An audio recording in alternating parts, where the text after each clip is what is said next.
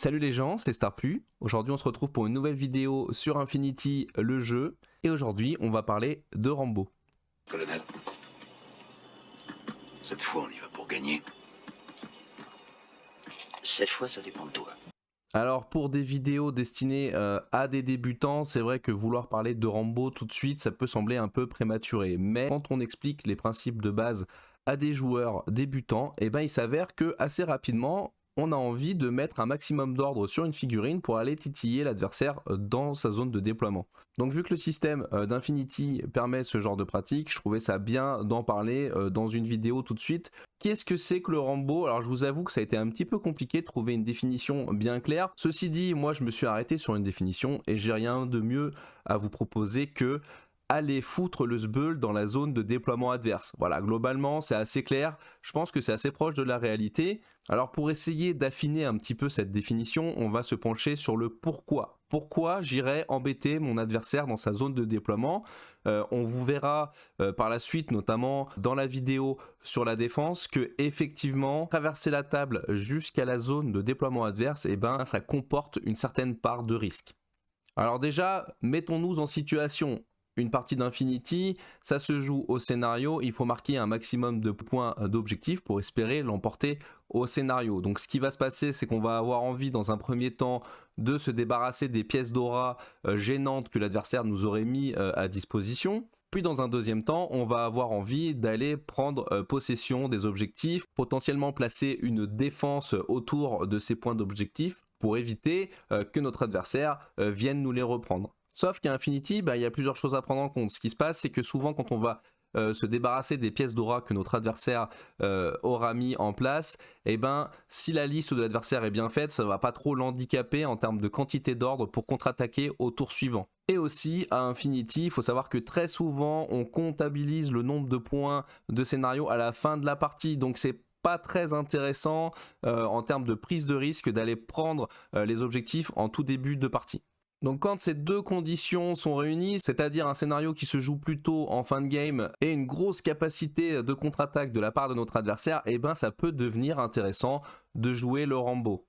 Et du coup on en vient à la question du pourquoi j'irais traverser la table pour aller titiller mon adversaire. Alors la première raison évidente, c'est d'enlever un maximum d'ordre. Effectivement, quand on enlève des pièces d'aura, souvent on enlève des ordres qui vont pas vraiment manquer à notre adversaire parce qu'il aura anticipé le fait qu'on se débarrasse de ces pièces-là. Par contre, si on va dans la zone de déploiement adverse, on va pouvoir aller chercher ce qu'on appelle Infinity les pom-poms, c'est-à-dire des troupiers qui sont là uniquement pour apporter un maximum d'ordre à notre groupe principal. Donc la deuxième raison de faire le Rambo, elle rejoint un petit peu la première, mais au lieu d'essayer d'optimiser le nombre de victimes du côté de notre adversaire, on va se contenter de prendre un ou deux ordres sur le pool d'ordre de notre adversaire et après se placer en défense pour lui faire perdre beaucoup de temps pendant son tour et lui faire gaspiller des ordres pendant son tour 1 et ainsi limiter la contre-attaque. Et enfin, la troisième raison de faire le Rambo qui est un petit peu plus particulière, ça va être d'aller chercher une cible en particulier.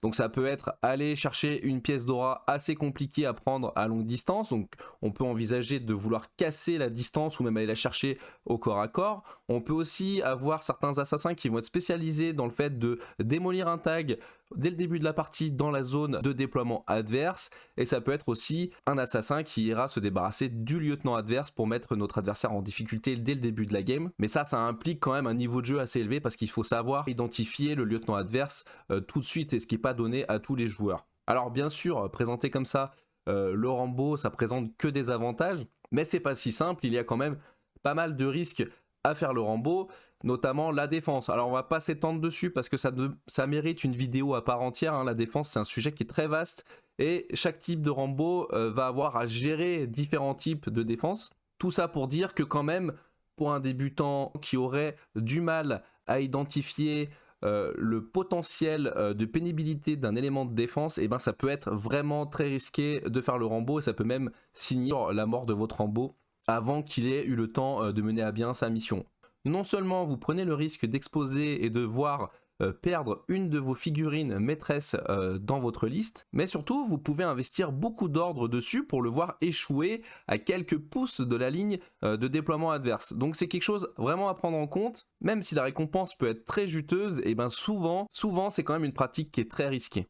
Alors pour illustrer mes propos, on va un petit peu parler des différents Rambo, les différents types de profils qui se prêtent au Rambo, et on va voir que c'est quand même assez différent comme approche en fonction du profil qu'on va choisir. J'ai parlé avec quelques-uns des gros joueurs français et il s'avère qu'au final, à peu près n'importe quoi hein, peut servir de Rambo, et souvent ce sera des Rambo d'opportunité. Moi en tant que joueur Ariadna, ça m'est arrivé des fois de voir un chasseur ou alors un Irmandinho bien placé, et d'en profiter pour essayer d'aller embêter au maximum mon adversaire et d'aller jusqu'à sa zone de déploiement. Mais là on va pas parler de ça, on va essayer plutôt de vous parler des Rambo qui s'envisagent dès la création de la liste. Donc le premier type de profil qui sort quand on envisage un Rambo, c'est l'îlot. Alors pourquoi l'îlot? Parce que déjà ils ont un bonus de speed, hein, comme vous pouvez l'imaginer, quand le but c'est de traverser la table, et ben c'est quand même assez intéressant d'avoir une bonne speed, et ils vont pouvoir bien encaisser les dégâts, donc souvent ils ont plusieurs points de vie, une bonne armure. Donc comme exemple on peut parler de Achille. Donc Achille c'est un peu particulier parce que vu son prix c'est presque un tag, mais il va avoir accès à une très bonne arme avec une très bonne rafale et une très bonne plage de portée. Il va avoir accès à une très bonne BS. Il va se payer le luxe d'avoir accès à mimétisme et 3 points de vie, ce qui lui donne vraiment une résistance accrue hein, par rapport à d'autres îlots. Ce qui fait que bien souvent quand on a Achille en face qui commence à nous foncer dessus, ben c'est vraiment flippant pour un joueur. Heureusement, Achille a quand même des points faibles. Le principal point faible des îlots, ça va être le hacking et tout ce qui est attaque de com. Et comme vous le savez peut-être, eh ben le hacking c'est pas vraiment ce qui manque en N4. Ensuite, dans la même veine que les îlots, on peut envisager les tags. Donc les tags ont globalement les mêmes forces et faiblesses que les îlots, à ceci près qu'ils ont souvent accès à plus d'ordres parce qu'ils vont avoir un tactical awareness et potentiellement un ordre de lieutenant, ce qui leur donne encore plus de possibilités lors de leur rush à travers la table. Par contre, en échange, ils vont être un peu plus vulnérables parce qu'ils vont pas pouvoir se cacher de par leur taille et leur incapacité à se coucher. Alors ce type de Rambo, comment ça se joue? Alors le but de ce type de Rambo va être de partir de notre zone de déploiement et de prendre les oppos contre toutes les pièces d'aura qui pourraient se présenter lors de la traversée. Donc on va utiliser notre très bonne arme de tir et une très bonne capacité de tir pour essayer de se débarrasser d'un maximum de pièces d'aura. Alors le point faible de ça, eh ben, c'est qu'on va perdre du temps hein, parce que potentiellement si on est tombé sur un truc un petit peu costaud, on va peut-être perdre 2-3 ordres pour tomber la pièce d'aura en question. Mais le bon point c'est que si on n'arrive pas malheureusement à arriver à la zone de déploiement adverse, eh ben, on aura quand même tombé quelques pièces d'aura, donc ce ne sera pas un tour complètement perdu. Le deuxième type de Rambo qu'on envisage à Infinity, ça va être la warband. Alors bien sûr, c'est pas tous les types de warband qui s'y prêtent. Déjà une warband avec un speed de 4-4, et ben c'est quand même déconseillé, ça va vite vous coûter cher en ordre pour espérer atteindre la zone de déploiement adverse. Donc là on va plutôt parler des grosses warbands type Beerpod ou McMurus. Alors là on est sur un type de profil qui n'est pas du tout adapté à prendre des oppos contre des auras. Là on est sur un profil qui va utiliser son physique, c'est-à-dire son esquive ou ses smokes, et qui va lui permettre de passer en perdant le moins d'ordre possible. Donc ce type de warband sont des warbands avec un fort potentiel létal, mais malheureusement qui n'encaissent pas si bien que ça. Hein. On va avoir des armes à gabarit qui empêchent de faire des jets en oppo. On va avoir des règles comme Berserk ou Dogged, donc on voit bien que c'est des figurines qui sont faites pour mourir lors de leur assaut. Contrairement à une îlot ou un tag qui va pouvoir se mettre en suppressing fire dans un coin de la zone de déploiement adverse et embêter notre adversaire pendant plusieurs tours. Ensuite, pour revenir à ce que je vous disais en début de vidéo, eh ben, on va avoir les assassins. Donc là, je vais donner l'exemple du spéculo. Donc le spéculo qui a la capacité de se déployer en impersonnation dans la zone de déploiement adverse pour aller chercher le tag adverse ou une grosse figurine difficile à dégager qui aura un gros impact sur le reste de la partie. Donc le gros avantage des assassins, c'est qu'on va pas avoir à dépenser énormément d'ordre pour leur faire traverser la table. Par contre, le gros point faible, parce qu'il en faut un quand même, c'est qu'ils sont très fragiles, donc ils vont pouvoir se révéler, tenter d'assassiner leur cible, et après ils vont se faire dessouder assez facilement, normalement, quand le déploiement a été fait à peu près intelligemment. Ensuite, on a les profils hybrides. On va parler notamment d'Andromeda. Donc Andromeda qui se déploie en milieu de table, donc ça lui permet d'économiser quelques ordres pour aller chercher l'adversaire. Ça lui permet de casser les distances avec certaines pièces d'aura à longue distance qui pourraient être pénibles. Mais en contrepartie, elle n'a pas la résistance du Nilo. On va avoir aussi un autre type de Rambo. Il y a les parachutistes.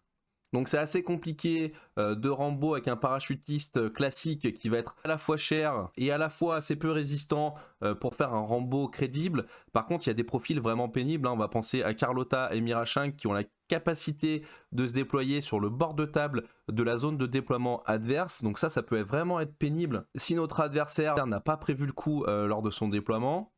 Le point un peu négatif de ces figurines, c'est qu'on va dire qu'ils ont un meilleur impact en cours de partie, c'est-à-dire tour 2 ou tour 3, parce que notre adversaire aura été obligé de se réorganiser, de prendre des décisions et potentiellement de laisser des trous dans sa zone de déploiement où les parachutistes peuvent arriver, mais c'est très rare où notre adversaire nous laisse la possibilité de mettre ce type de parachutiste dès le début de la partie. En général, son déploiement fait en sorte que ce n'est pas possible.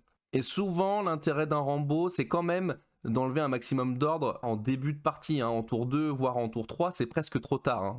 Ensuite, on va parler rapidement des motos. Alors pour moi, les motos ne sont pas des bons profils parce qu'elles sont rarement très résistantes, même si elles sont excessivement rapides. Mais avec l'ITS 13, les motos ont désormais la possibilité de bénéficier du couvert, donc ça va peut-être changer la donne, et peut-être qu'on va avoir des Rambo tout à fait convenables à moto. Et enfin, je voulais dire un dernier mot sur les Fireteam. C'est souvent très risqué de se déplacer à travers la table avec une Fireteam. Donc je déconseille les grosses Fireteam pour ce genre d'exercice, mais on peut tout à fait envisager une toute petite Fireteam, type Fireteam Duo ou même une Harris. Donc le gros avantage de ce type de Fireteam pour faire le Rambo, c'est qu'on peut prendre deux profils qui sont pas forcément hyper adaptés au Rambo de façon intrinsèque, mais qui peuvent l'être en étant combinés avec un autre profil. On peut tout à fait envisager une figurine très forte au tir qui va pouvoir se débarrasser des pièces d'aura adverses, accompagnée d'une warband qui va pouvoir se débarrasser des mines. On peut envisager un tag avec un ingénieur par exemple pour venir réparer le tag au cas où il se fasse immobiliser ou isoler par exemple. À mon avis, c'est quelque chose qui est réservé à des joueurs assez expérimentés parce que c'est quand même beaucoup plus compliqué à jouer, mais c'est quelque chose qu'il ne faut pas oublier. Je pense qu'il y a des Fireteam tout à fait valables pour jouer le rôle de Rambo. Et ben voilà, j'en ai fini avec cette vidéo d'introduction au concept de Rambo à Infinity. Alors bien sûr, on pourrait en parler pendant des heures, hein. On pourrait débattre de quel type de Rambo est le plus intéressant, lequel est le plus rentable. Faut-il envisager le Rambo sur chacune de nos parties ou est-ce que ça doit rester situationnel? Est-ce que le Rambo est dépendant de la liste adverse? Est-ce que c'est dépendant du type de scénario? Est-ce que toutes les factions peuvent faire du Rambo? Enfin voilà, il y a beaucoup de sujets qu'on pourrait aborder. Là, le but, c'était vraiment de vous familiariser avec le concept, de savoir que ça existe, que ça a un nom pour ceux qui avaient déjà envisagé ce type de manœuvre. Sur ce, j'espère que cette vidéo vous a plu et moi je vous dis à la prochaine.